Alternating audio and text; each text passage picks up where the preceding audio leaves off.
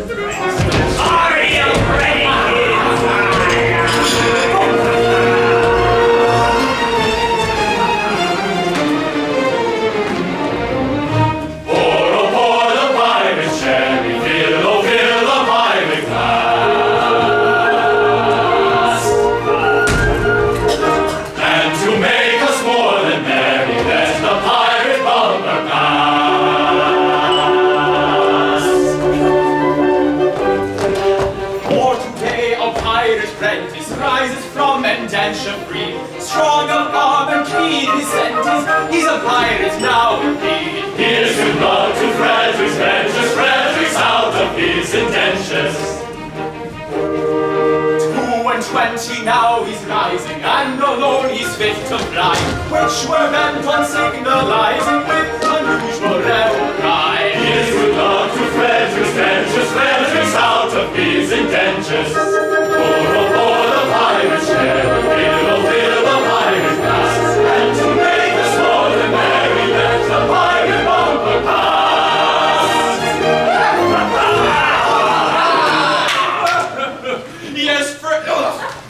Yes, Frederick, from today you rank as a full-blown member of our band!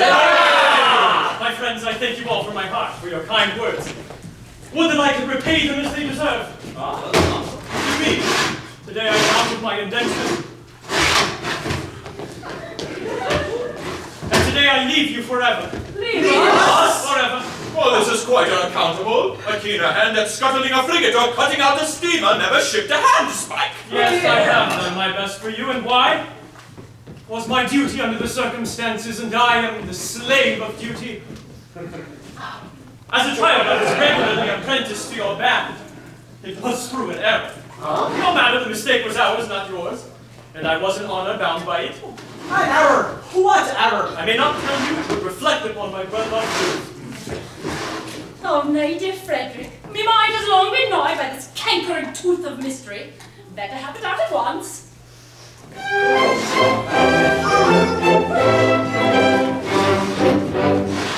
When Frederick was a little lad, he proved so brave and daring. His father thought he'd prentice him to some career seafaring. I was, alas, his nursery maid, and so it fell to my lot to take and bind this promising boy, apprentice to a pilot. A life not bad for a hardy lad, though surely not a high lot. Though all wonders you might do worse than make your boy a pilot.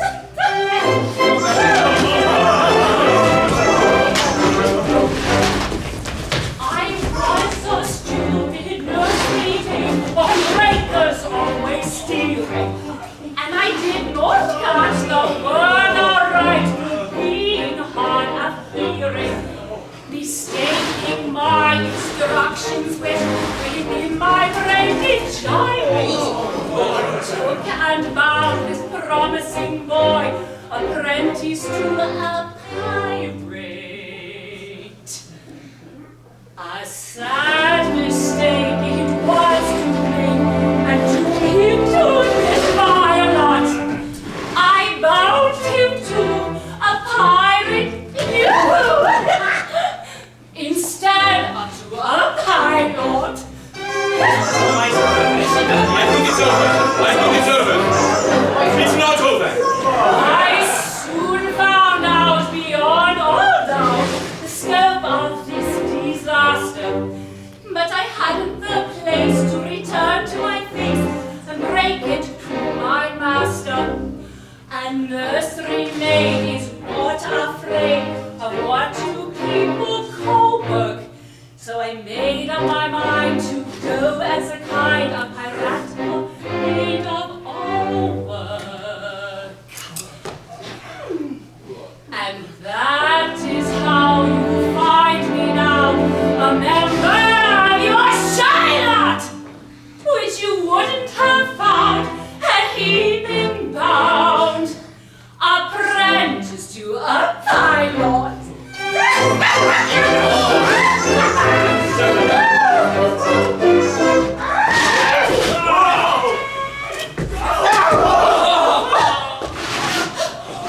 Oh, pardon, Frederick, pardon. Right, sweet one, I have long pardoned you. Your words were so much alike. They still are, though years have rolled over their heads. But today, this afternoon, my obligation ceases. Individually, I love you all with affection unspeakable. But collectively, I look upon you with a disgust that amounts to absolute detestation. Oh, will pity me, my beloved friends, for such is my sense of duty. But once out of my indentures, I shall feel myself bound to devote myself, heart and soul, to your extermination. Well, Frederick, if you conscientiously feel that it is your duty to destroy us, we cannot blame you for acting upon that conviction. Always act in accordance with the dictates of your conscience, my boy, and chance the consequences! We can offer you a little invitation to remain with us. We can't seem to make piracy pay. I'm sure I don't know why, but we can't. I know why, but alas, I mustn't tell you, it wouldn't be right. Why not, my boy? It is only 11:30, and you're one of us until the clock strikes 12! That's true. And until then, you're bound to protect our interests. Yeah. It is my duty as a pirate to tell you that you are too tender-hearted. For instance, you make it a point of never attacking a weaker party than yourselves, and yet when you attack a stronger party, you invariably get thrashed. There is some truth to that. Then again, you make it a point of never attacking an orphan. Oh, of course. We are orphans ourselves and know what it is. Yes, but it has what about, and what is the consequence? Every one we capture says he's an orphan. The last 3 ships we took proved to be manned entirely by orphans, and so we had to let them go. One would think Great Britain's mercantile navy were recruited solely from her orphan asylums, which we know is not the case. But you wouldn't have us absolutely merciless. There's my difficulty. Until 12 o'clock, I would. After 12 o'clock, I wouldn't. Was ever a man placed in so delicate a situation? And Ruth, your own Ruth, whom you love so well, knows one can middle-aged way into your boyish heart. Whatever's to become of her? Oh! He will take you with him! Well, Ruth, I feel some little difficulty about you. It is true that I admire you very much, but I have been constantly at sea since I was 8 years old, and yours is the only woman's face I have seen during that time. I think it is a sweet face. It is. I say I think it is. That is my impression. But since I have not had the opportunity of comparing you with other women, I may just be mistaken. True. What a terrible thing it would be if I were to marry this innocent person and then find out that she is on the whole plain. Oh, Ruth is very well indeed. Oh, yes. There remains of a fine woman about Ruth. Do you really think so? Oh, I do. Well then, I will not be so selfish as to take her from you. In justice to her and consideration I will leave her behind. No, Frederick, it must not be. We are very rough men who live very rough lives. None of us are so utterly heartless as to deprive thee of thy love. I think I am right in saying that there is not one here who seeks to rob thee of this inestimable treasure, for all the world holds dear. Not one! No, I thought there wasn't. Keep thy love, Frederick. Keep thy love. Yes. You're very good, I'm sure. Well, it's top of the tide, we must be off. When your process of extermination begins, Frederick, please let our deaths be as swift And painless. as you can conveniently make them. I will. For the love I have for you, I swear it. Would that you could render this extermination unnecessary by accompanying me back to civilization? Oh, no, Frederick, it cannot be. I don't think much of our profession, but when contrasted with respectability, it is comparatively honest. No, Frederick, I shall live and die a pirate king!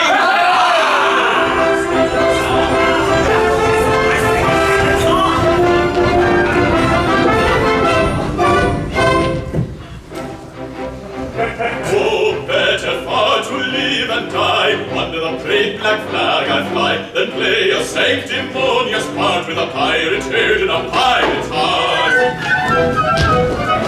Away to the cheating world go you,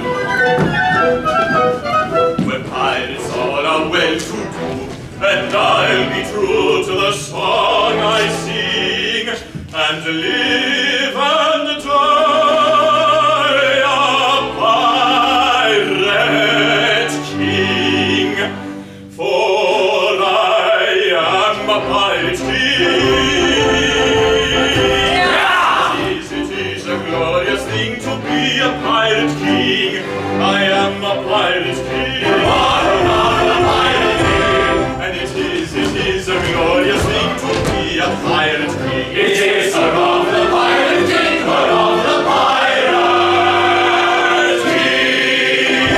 Fire!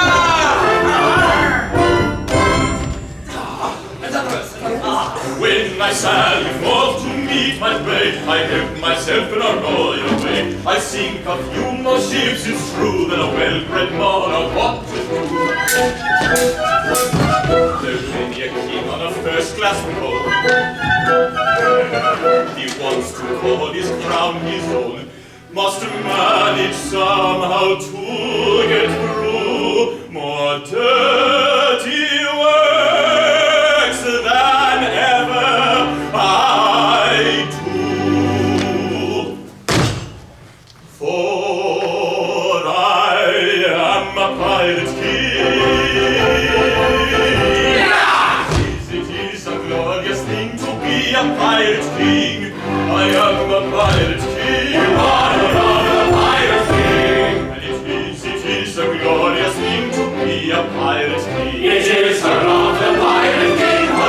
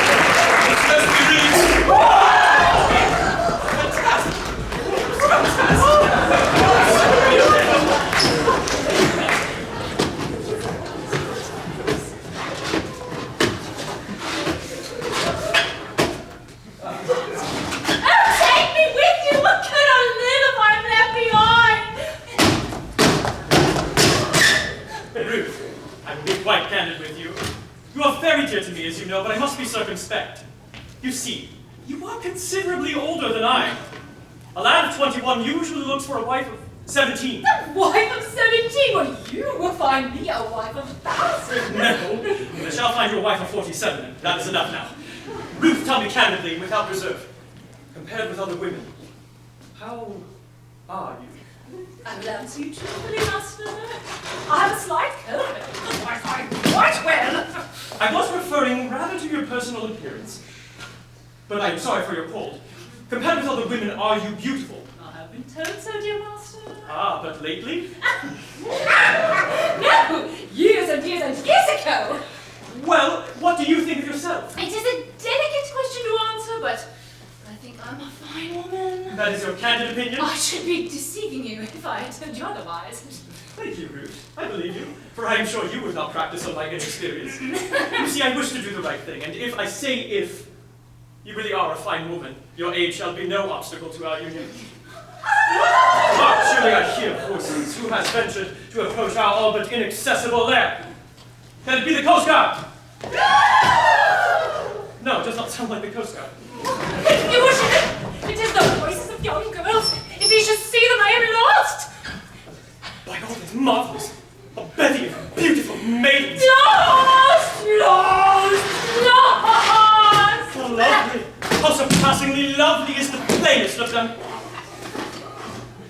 What grace, what delicacy, what refinement. And Ruth told me she was beautiful. Oh, false one, you have deceived me. I have deceived you! Yes, deceived me. You told me you were fair as gold. But master, am I not so? And now I see you're plain and old. I'm sure I'm not a jot so. Upon my innocence you claim. I'm not the one to plot so. Your face is light, your hair is gray. It's not you really got so. Faithless woman, to deceive me, I would trust it so. Master, master, do not leave me. Hear me ere you go. Faithless woman, Master, master, faithless woman. master, master, do not leave me, do not leave me. Hear me ere you go. Master, master, do not leave me. Hear me ere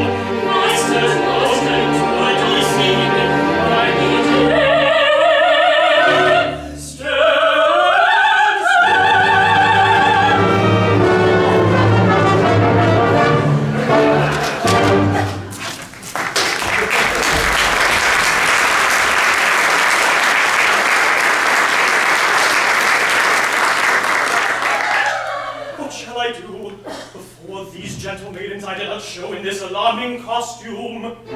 No, no, I must remain in close concealment until I can appear in decent clothing.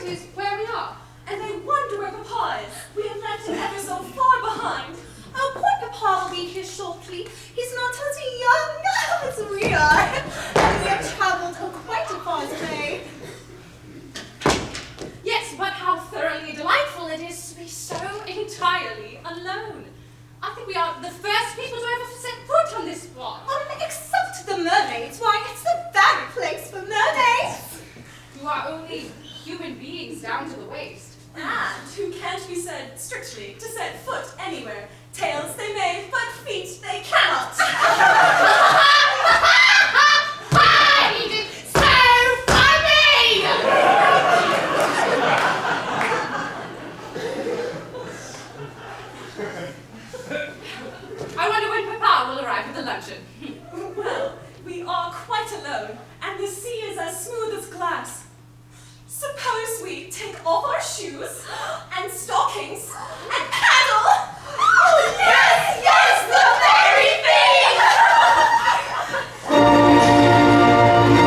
thing! Stop, ladies, pray. A tree! I had not intended to intrude myself upon your notice in this effective but alarming costume. But under these peculiar circumstances, I feel it is my bounden duty to inform you that your proceedings will no longer be unwitnessed.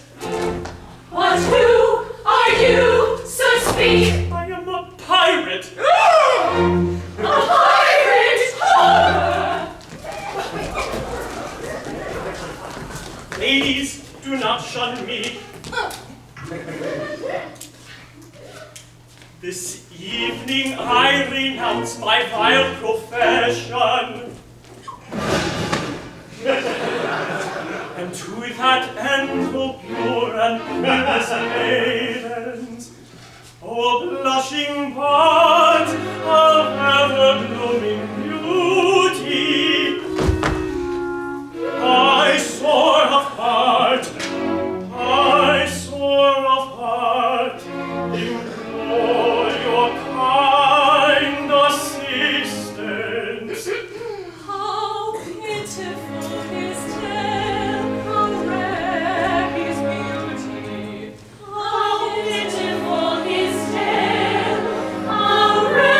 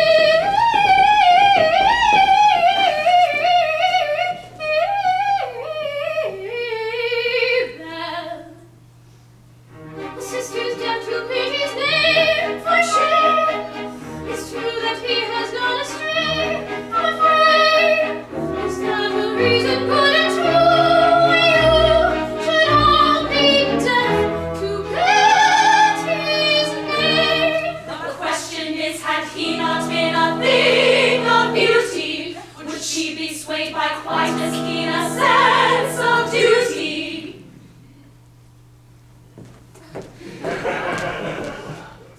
For shame, for shame, for shame, poor wandering one, though thou wast surely straight, take heart and ways, thy steps retreat, poor wandering one, poor wandering one.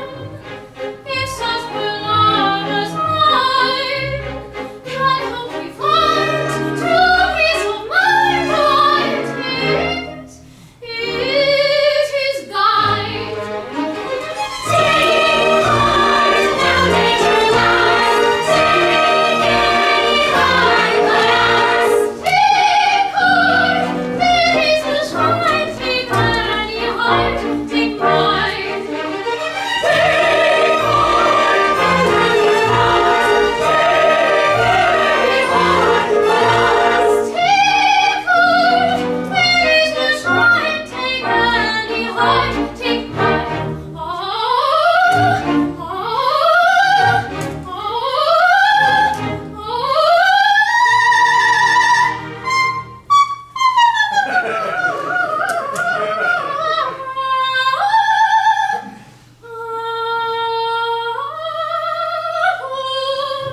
Wandering one, though thou wast surely straight, take heart and praise, thy steps retreat. Wandering one, wandering one, take heart, take heart. Take any heart, take us. Take heart, take heart. Take my heart,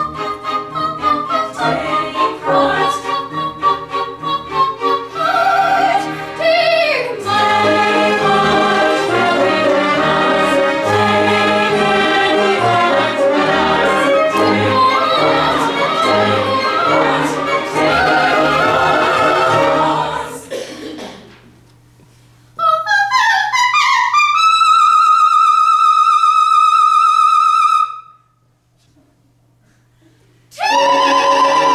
any heart. What ought we to do? Gentle sisters say, propriety we know, says we ought to say. Sympathy exclaims, free them from your tether, play at other games, leave them here together. You know what? You did! Case may any day be yours, my dear, or mine. Let them make their hay while the sun doth shine. Let us compromise, our hearts are not of leather. Let us shut our eyes and talk about the weather. Yes! Yes! Let's talk about the weather. How beautifully blue the sky, the grass is rising very high. Continue, I hope between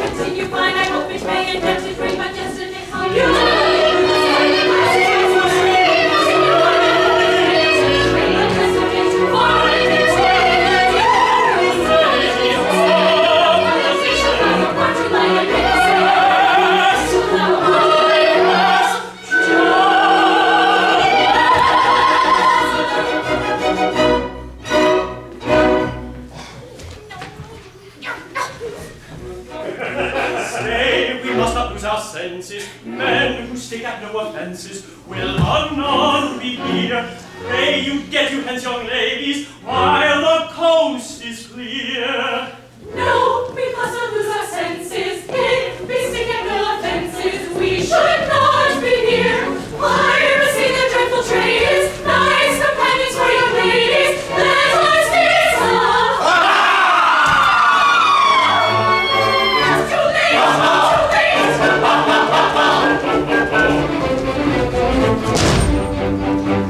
It's a first-rate opportunity to get married with impunity and indulge in the felicity of unbounded domesticity. We shall quickly be personified, conjugally matrimonified by a doctor of divinity who is located in this vicinity.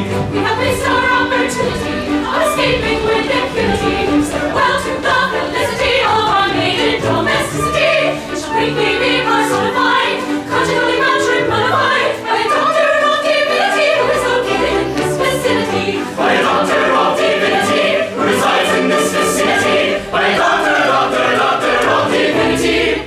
Of divinity.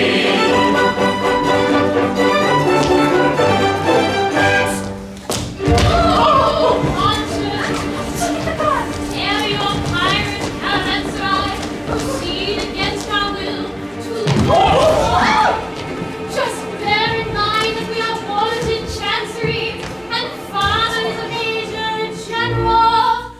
We better pause, or danger may befall. Their father is a major general. Yes, he is a major general. Yes, I am a major general. For he is a major general. He is a major general. And it is a glorious thing to be a major general. It is one of the major general, one of the major general.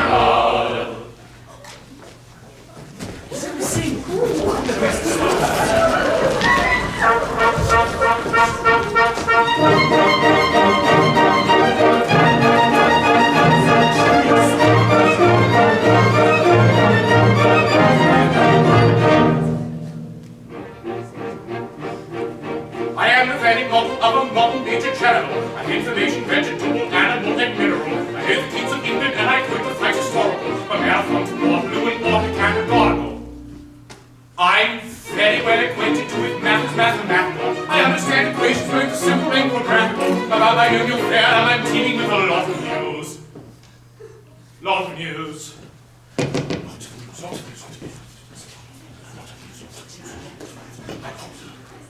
Hippopotamus? I got it. With many cheerful facts about the square of the hypotenuse. With many cheerful facts about the square of the hypotenuse. With many cheerful facts about the square of the hypotenuse. With many cheerful facts about the square of the hypotenuse. I'm very good at integral and differential calculus. I know the scientific names of beings and anatomies. Short matters vegetable, animal, and mineral. I am the very model of a modern major general. He's short matters vegetable, animal, and mineral. He is the very model of a modern major general. I know I'm mythic history, king authors and some paradox. Once 100 crosses, I have pretty tasteful paradox. Looting any giants, all the crimes of Heliogabalus. Columns I can flow peculiarities, bananas. I can tell undoubted Raphaels and Jedediahs oftenest. I know the Brendan chorus from thoughts of Aristophanes. Then I hum a few which I've heard the music's dinner for. Steady, you rascal! And whistle all the airs and that infernal nonsense pitiful! Whistle all the airs and that infernal nonsense pitiful. And whistle all the airs and that infernal nonsense pitiful. And whistle all the airs and that infernal nonsense pitiful. And I'm right Washington in Babylon at uniform and tell you every detail of Caractacus' uniform. Short in matters vegetable, animal, and mineral. I am the very model of a modern major general. He's short in matters vegetable, animal, and mineral. He is the very model of a modern major general.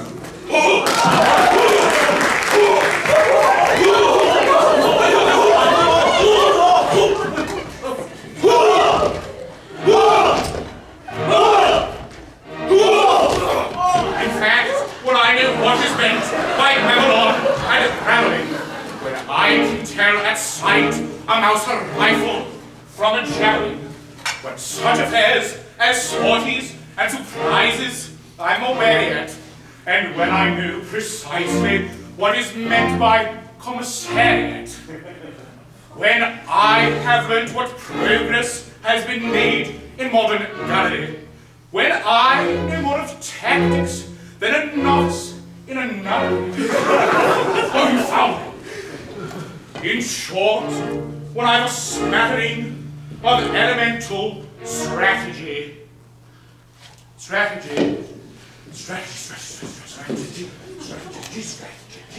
Nobody tell me. Strategy. Oh, I am truly a philological genius. You'll say that the Major General can never strategy. You'll say that the Major General can never strategy. You'll say that the Major General can never strategy. You'll say that the Major General can never strategy. For my military knowledge, though I'm plucky and adventurous, believe we're right down to the beginning of the century. Feeling that is vegetable, animal, and mineral, I am the very model of a modern Major General. You should have done this vegetable, animal, and mineral. He is the very model of a modern Major General.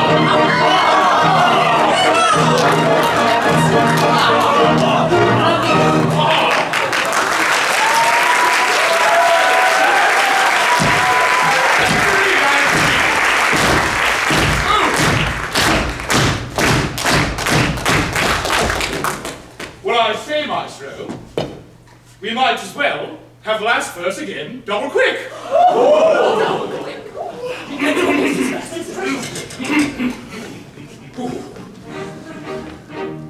In fact, when I know what is meant by Mabel and Rabbit, I can turn inside the mouse and rifle from a javelin. Such a best source into praise I'm aware of, but I know precisely what is meant by the saying.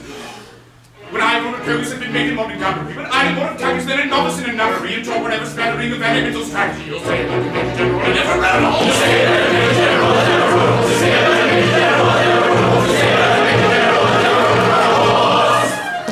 For my military knowledge, I'm happy and adventurous, only from what happened at the beginning of the century. Cinematic, vegetable, animal, and mineral. I am the very model of a modern Major General. Cinematic, vegetable, animal, and mineral. He is the very model of a modern Major General.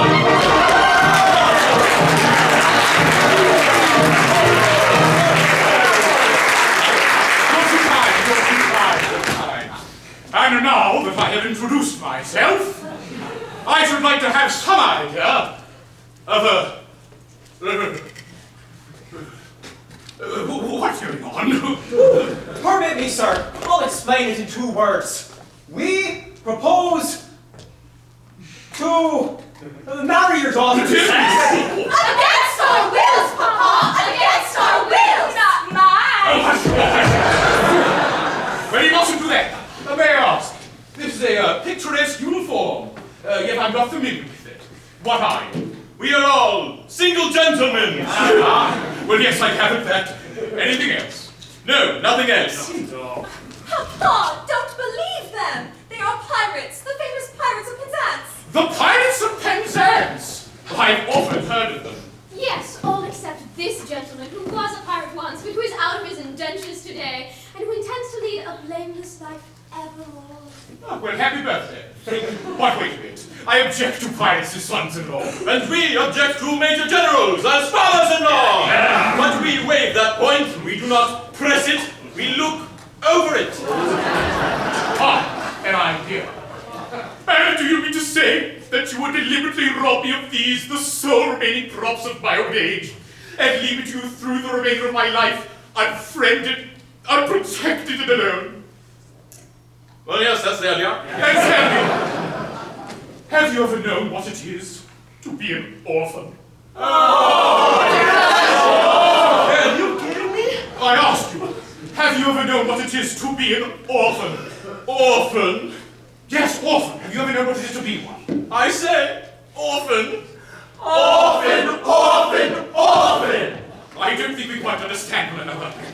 I ask you, have you ever known what it is to be an orphan? And you say orphan.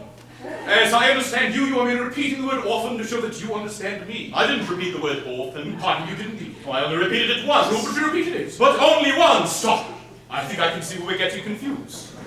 When you say orphan, do you mean orphan, a person who has lost his parents? Or orphan frequently?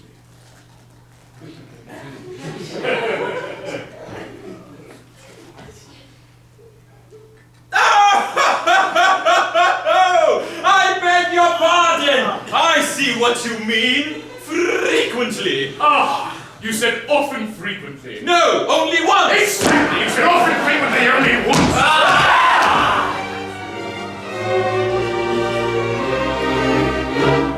O men of dark and dismal fate, forego your cruel employ. Have pity on my lonely state. I am an orphan boy. An orphan boy. An orphan boy. How sad an orphan boy. These children whom you see are all that I could call my own. Poor fellow. Take them away from me, and I shall be indeed alone. Poor fellow. If pity you can feel, leave me my sorry, many joy. See, at your feet they kneel, your hearts you cannot steal, against the sad, sad tale of the lonely orphan boy. Poor fellow. See, at our feet they kneel, our hearts we cannot steal, against the sad, sad tale of the lonely orphan boy. The orphan boy, the orphan boy. See, at our feet they kneel, our hearts we cannot steal, against the tale of the lonely orphan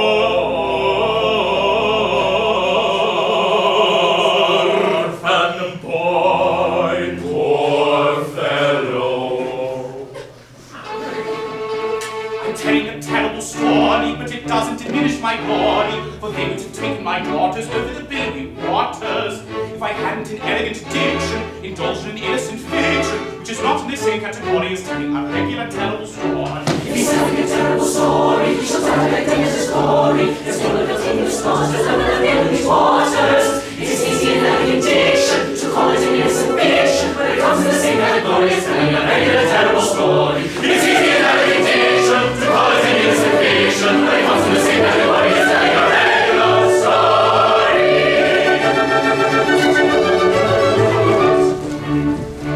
Although a dark career sometimes involves the crime of stealing, we'd rather think that we're not altogether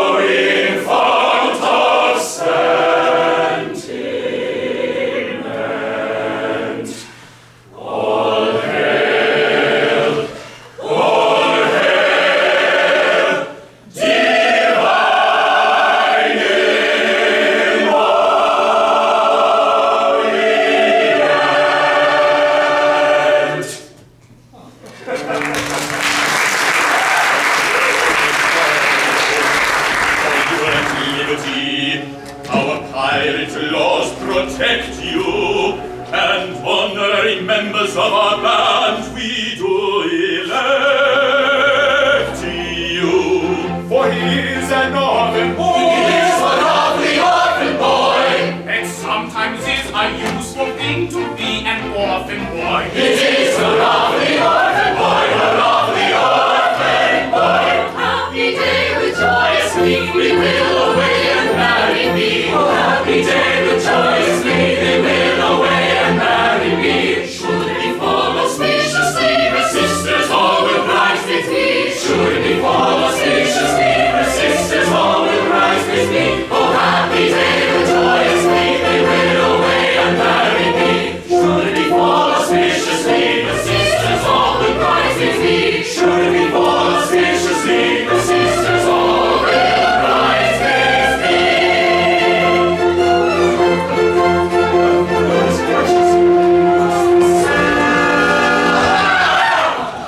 Master, hear one word I do implore you. Remember Ruth, your Ruth who kneels before you. Yes, yes, remember Ruth who kneels before you. You did deceive me. Away, you did deceive him. Oh, do not leave me. Oh, do not leave her. Grieve. Away, you grieve him. I wish you'd leave me. We wish you leave him.